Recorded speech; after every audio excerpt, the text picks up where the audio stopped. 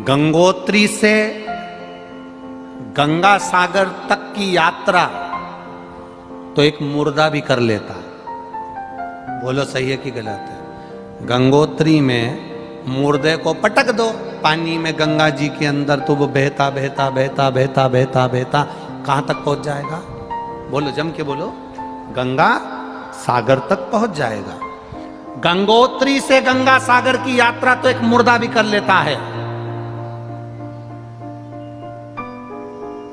तुम्हारे जिंदा रहने की पहचान वो होती है कि गंगा सागर से गंगोत्री तक की यात्रा करी जाए, अर्थात नीचे से ऊपर चढ़ा जाए, मतलब मेहनत कर कर आगे बढ़ा जाए। करोड़ों की संपदा कोई छोड़कर चले गया, आप ऐशो और आराम की जिंदगी जी रहे हो, वो अलग बात है, पर आपने कितनी मेहनत करी वो देखा जाता है।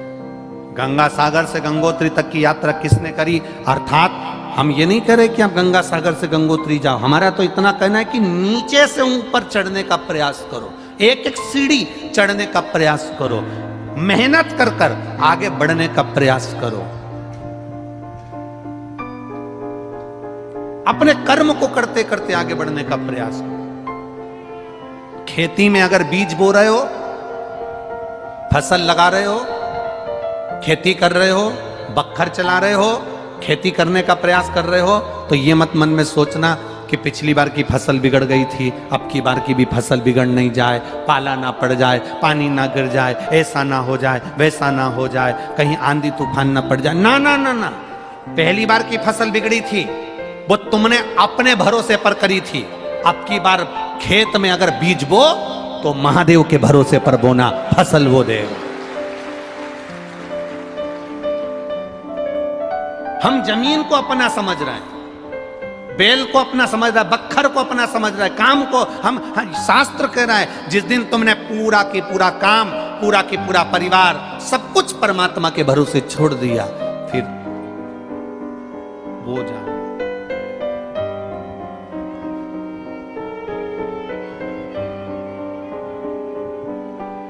खेती बुआई मैंने तेरे नाम की, फसल लगाई मैंने तेरे नाम की, मेरे भरोसे मत छोड़ना, भोले जी मेरी लागी लगन मत ओ शंभू मेरी लागी लगन मत तोड़ना।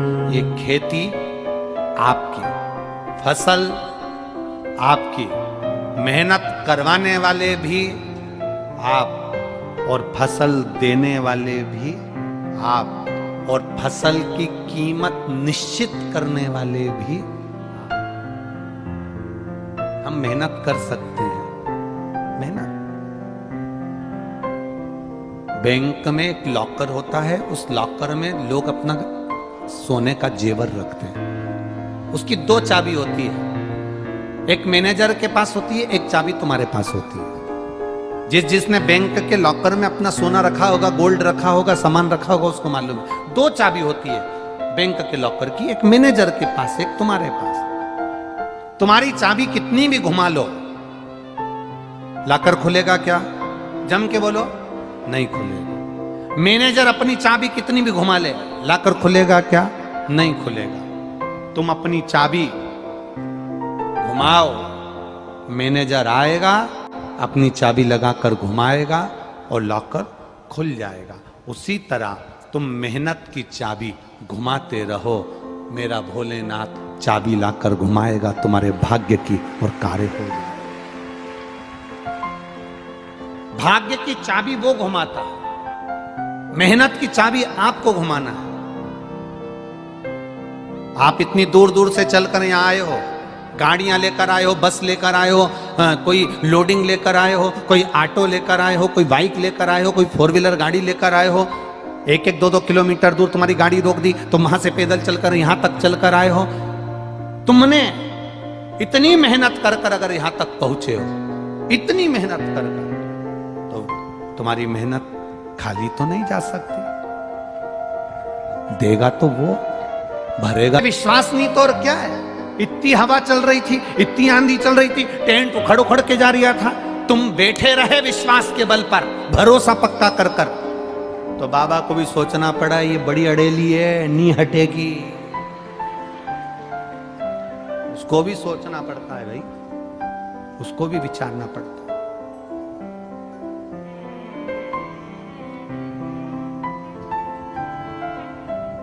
भोलेनाथ दया करना, मैं तेरे भरोसे हूँ। मेरे बाबा दया करना, मैं तेरे भरोसे हूँ। ना घर के भरोसे हो, ना परिवार के भरोसे हो। मेरे बाबा दया करना, मैं तेरे भरोसे। हम उसके भरोसे जीना प्रारंभ करें। हम कथा सुनते हैं जब तक हमारा भरोसा रहता है, फिर कोई मिल जाता है और वो कह देता है कि यहां से तुम्हारा काम नहीं हो रहा तो तुम हमारी दूसरी जगह चलो, हम एक और बाबा के पास ले चलते। यहां से काम नहीं हो रहा तो वो तीसरे के यहाँ चल चलो, हम उसके पास ले चलते। मतलब तुम एक पे भरोसा नहीं कर पाई। अगर एक पर भरोसा कर लेती, शिव महापुराण पर पूरा भरोसा कर लेती ना, तो तुझे किसी के दरवाजे जाने की जरूरत नहीं पड़ती, तेरा काम वही से। भरोसा होगा तभी तो लोग इतने पत्र लिखते हैं कि हम पढ़ भी नहीं पाते। भरोसा, विश्वास। शरीर में श्वास जरूरी है और कथा में विश्वास जरूरी है। आप जब शिव महापुराण की कथा चाहे टीवी पर सुन रहे हो, चाहे पंडाल में सुन रहे हो, चाहे मोबाइल पर सुन रहे हो, आपको भरोसा होना चाहिए, विश्वास होना चाहिए, दृढ़ता होना चाहिए। विश्वास तोड़ने वाले बहुत मिलेंगे, बहुत। कोई कहेंगे कि ऐसा है, कोई कहेगा वैसा है, कोई कहेगा उनने ऐसा कर दिया, कोई कहेगा उनने वैसा कर दिया। कितना कितना लोग उपद्रव मचाते हैं। अब सीहोर में रुद्राक्ष उत्सव हुआ, लोगों ने कितना उपद्रव मचाया, ढेर उपद्रव मचा के रखा, पर विश्वास मेरे बाबा पर था। वो चिल्लाते रहे और कथा बचती रही। नगर शहर शहर में महिलाओं ने, माताओं ने निर्माल्य विसर्जन की गाड़ियां चालू कर दी, कोई पुरुषों ने निर्माल्य विसर्जन की गाड़ी चालू कर दी। और जितनी माताएं निर्माल्य विसर्जन की गाड़ियां चला रही हैं, जितने संस्थाएं निर्माल्य विसर्जन की गाड़ी चला रहे हैं, जितने लोग निर्माल्य विसर्जन की गाड़ी चला रहे हैं, 3 महीने तक तुम्हारी गाड़ी अगर तुम चलाकर, तुम रविवार की रविवार चलाओ, चाहे सोमवार चलाओ, चाहे मंगलवार चलाओ, हफ्ते में एक बार अगर तुम चला रहे हो, तुम्हारी निर्माल्य विसर्जन की गाड़ी अगर जा रही है, तुम 2-4 महीने बाबा की ये सेवा कर कर देखना कि निर्माल्य विसर्जन का फल क्या प्राप्त होता है, उसका लाभ क्या मिलेगा, उसका लाभ क्या मिलेगा, ये आप उस समय पर प्राप्त करोगे कि मैंने मंदिर के निर्माल्य को ले जाकर एक साइड रखा, भगवान ने भी मेरी प्रधानता, मेरी प्रथमता सबके सम्मुख में रख दी, सबके सम्मुख।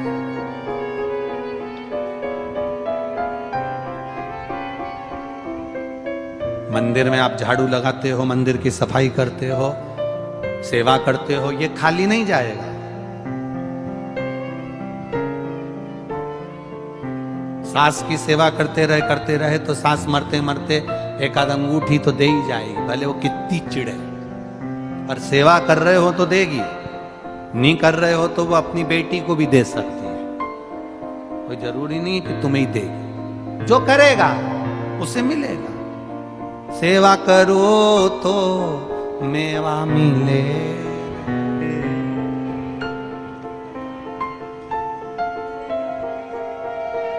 गौ माता की सेवा करो रे, सेवा करो तो बोलो बोलो मेवा मिले। मात पिता की सेवा करो रे, सेवा करो तो मेवा के लिए कोई नहीं करे, चाबी मिले रे। कौन करे मेवा के चक्कर में सेवा? या तो जितने लोग सेवा करे आज के जमाने में चाबी के चक्कर में करे, चाबी के चक्कर।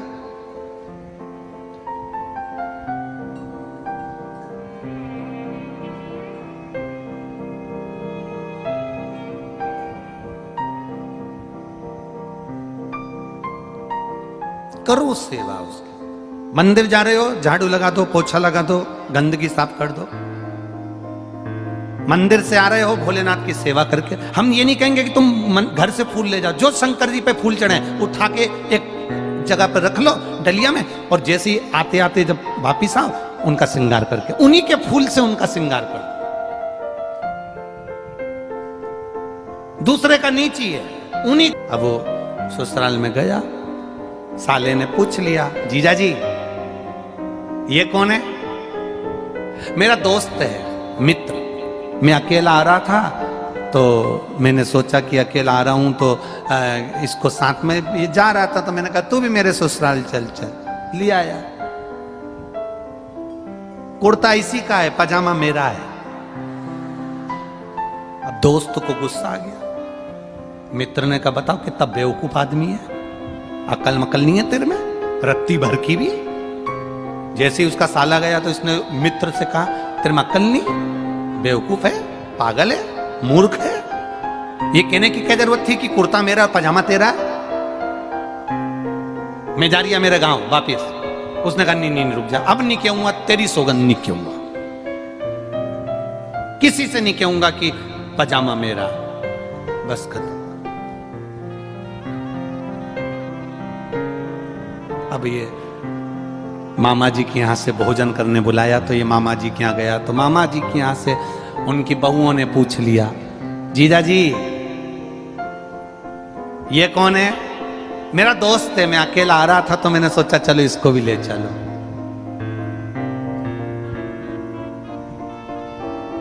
कुर्ता भी इसी का और पजामा भी इसी का है। अब तो इसको कांटे से खून नहीं। इसने कहा, जैसी बहुएं गई तो कहा कि पागल हो गया, पगला है।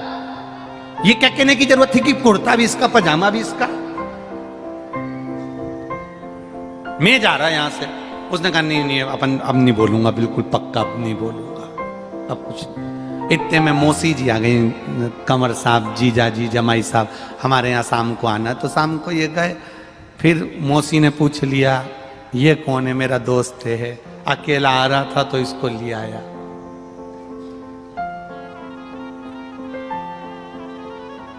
पजामे की कोई बात मैं यहां करना नहीं चाहता हूं। मौसी ने फिर पूछ ही लिया कौन सा पजामा? तो कह दिया जो ये पहना है वो मेरा। अब तो उसको कांटे से खून नहीं, और ही गुस्सा पड़ गया, गुस्सा। शिव जी को शंकर भगवान का जो पुष्प बेलपत्र फल जो चढ़ा है वही की वही हम महादेव को चढ़ा दें तो महादेव स्वीकार कर लेता है। किसी दूसरे से लेकर भगवान को नहीं देना। आपको पहले कथा में कहा है तुम्हारे पास में 10 रुपए हैं तो आप 10 रुपए दो, तुम्हारे पास में 1 बेलपत्री है तो 1 बेलपत्री दो, तुम्हारे पास में 5 रुपए है तो 5 रुपए दो, तुम्हारे पास में 1 चावल का दाना है तो 1 चावल का दाना दो। पर पड़ोसी से मांगकर अपने मंदिर में दर्शन करने गए, कृष्णेश्वर महादेव का दर्शन करने गए, परली बैजनाथ का दर्शन करने गए, त्र्यंबकेश्वर महादेव का दर्शन करने गए, गुरु जी का दर्शन करने गए, शिव पुराण सुनने के लिए गए, और वहां पर तुमने कहा पड़ोसी से मुझे 50 रुपए दे दो, मैं बाद में तुम्हें घर पर दे दूंगी। भगवान के सामने खड़े हो, कथा में बैठे हो, परमात्मा के सामने खड़े हो, मंदिर में खड़े हो, भगवान के सामने खड़े होकर तुम पड़ोसी से हाथ फैलाकर कहो कि तू 50 रुपए दे दे, मैं तेरे को बाद में दे दूंगी। भगवान कहता है मेरे सामने खड़े रहकर तुम मुझसे मांगता, अभी भी तू दूसरे से मांग रहा है, अभी भी तू दूसरे के आगे हाथ फैला रहा है। तुम मुझसे कहता नहीं है 50 रुपए मत चढ़ाओ, नहीं है 10 रुपए मत चढ़ाओ, नहीं है चावल का दाना मत चढ़ाओ, नहीं है बेलपत्र मत चढ़ाओ, पर दूसरे से मांग कर मत चढ़ाओ। तुम्हें भगवान जब दे दे, मेरा कुबेर भंडारी कुबेरेश्वर महादेव जब तुम्हारे भंडार भर दे, तब तुम दोनों हाथ से खूब दान करना, मना नहीं, पर किसी से मांग कर नहीं, किसी से मांग कर दान नहीं करना, किसी से लेकर दान नहीं करना। तुम्हारे पास में भंडारी दे दे, मेरा कुबेरेश्वर महादेव तुम्हें प्रदान कर दे, मेरा देव अधिदेव महादेव तुमको दे दे, तब तुम खूब दान करना, खूब करना।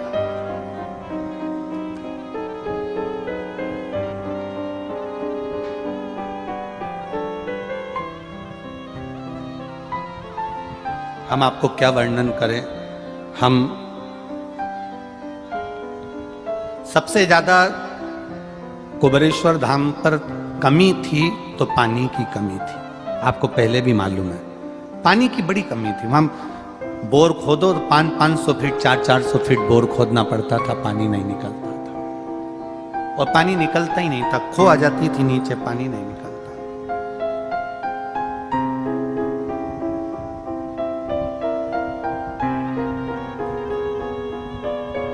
बहुत लोग कहते पानी नहीं, पानी नहीं, गुरुजी क्या करें। हमने कहा कुछ नहीं, अब बाबा का भजन करो।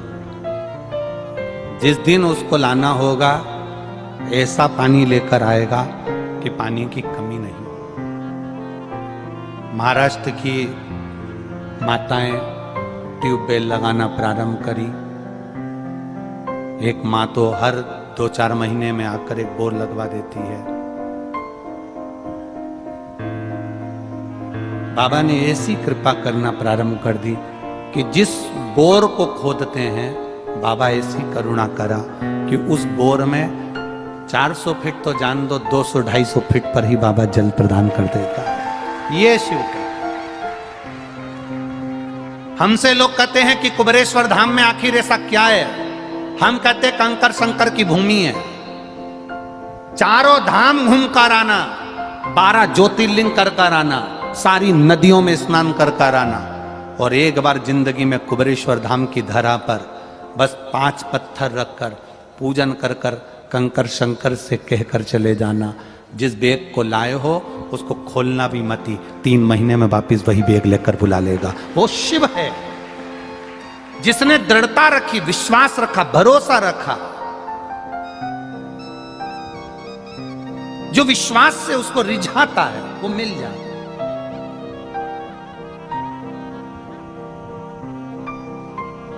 कृपा करने वाला तो वो है। ये तो बाबा की कृपा है कि सवेरे 10 बजे से लेकर 5 बजे तक वहां रोज प्रतिदिन अब रुद्राक्ष वितरण चालू हो गया। लोग आते हैं, लेते हैं, चले जाते हैं। हाँ, निर्माण चल रहा है, समय लगेगा। निर्माण चल रहा है, समय लगेगा, क्योंकि बाबा का धाम है। पहले जिस स्थान पर अभी जो प्रसाद बन रहा है वो आप आराम से पाइए बाबा का। जो लोग आजीवन भोजन भंडारे के सदस्य बन जाते हैं, आज तो बड़ी पूर्णिमा है, जो आजीवन भोजन भंडारे के सदस्य बनते हैं, भले आपने 21,000 रुपये जमा करे, पर कभी जिंदगी में आकर देखना कि तुम्हारा 21,000 रुपये तुमने एक बार जमा करा, वो तुम्हारा 21,000 रुपया, ये लाखों भक्त जो प्रतिदिन 25,000, 30,000, 50,000 लोग आते हैं, तुमने जो 21,000 जमा करा उसका एक चावल का दाना उनके मुंह में जाता है कि नहीं जाता? तुम रहे ना रहे, तुम चले भी गए, अपने हाथ से जो तुमने दिया है वो सही जगह लगा कि नहीं लगा? अपनी बेटी, गाय और लक्ष्मी ऐसी जगह दो जहां सही सतमार्ग की ओर जाए। बड़ी खुशी होगी आप अगर आकर देखेंगे कि हमने जो दिया वो सही जगह लगा कि नहीं लगा। भक्ति में मन लगा। अब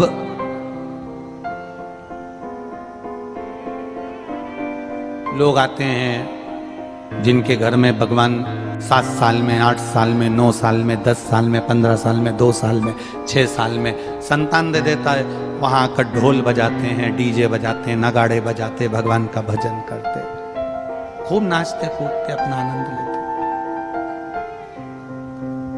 सावन महीना आता है, लोग कावड़ चढ़ाने के लिए आने लगते हैं।